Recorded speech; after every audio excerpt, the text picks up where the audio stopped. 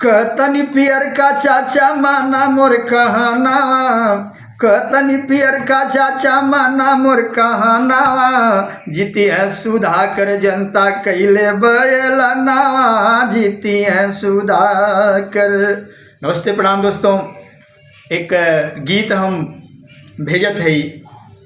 आज जो अकाउंटिंग होती है घोसी में तमाम देखले होबा, ज़्यादातर तो हम ओम प्रकाश चाचा के बतावे चाहत है। इतना दावा रखत रहलन, इतना कैपेसिटी रखत रहलन, जहाँ जाब वहाँ बना दे, जहाँ से जाब होके बिगाड़ दे। लेकिन हमारी गीत ई कोनो मकसद ना हो कि केहू और बिरादरी पे, राजभर भाई समुदाय के या कोनो समुदाय के बुरा लगे। ओनली पर्सनल हम पियरका चाचा से मतलब हो, जौन की अपने भी बिरादरी के ना छोड़त हूँ। पियक्कड़ बता देता हूँ, दारूबाज बता देता हूँ। कितना बढ़िया आप संक्षेप में विस्तार से अपने लोगन के समाज के समझावत हुआ, ज़्यादा बतौले की जरूरत ना बा।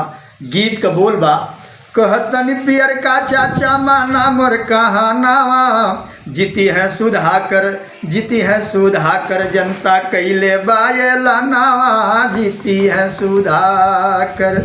वहाँ के जनता के घोसी के मिजाज के ऊपर एक लाइन हम दर्शावत है। घोसी के जनता भैया कैले बायलान हो, घोसी के जनता भैया कैले बायलान हो, बहरी भगावे वाला जारी बा फरमान हो। बाहरी और गवई का बात ही हो, हर केहू पब्लिक का, आम पब्लिक ये चाहे कि हमारे नेता लोकल कहूँ, जैसे हम अपन सुख दुख हर बात के कह सकी।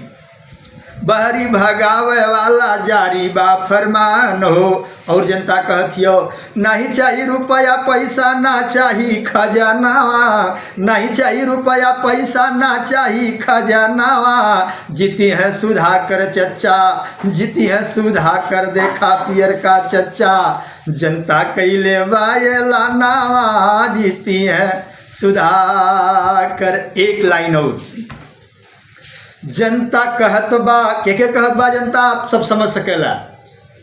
बाबू दारा सिंह के जनता कहत बा देहली एक बेरी मौका, जनता कहत बा देहली एक बेरी मौका, बिचव में दारा सिंह दे दिल धोखा। यहाँ चुनाव के कोनो दायित्व ना रहल, ये आप लोग समझ सकेलेन। 1.5 साल के अंतराल में तत्काल चुनाव करावे के पड़ल है। बिचवे में दारा सिंह दे दिल धोखा। ई तो बनी है मंत्री, इनके तो मंत्री पद का जनता कहो बात, इनके तो मंत्री पद चाहत हो।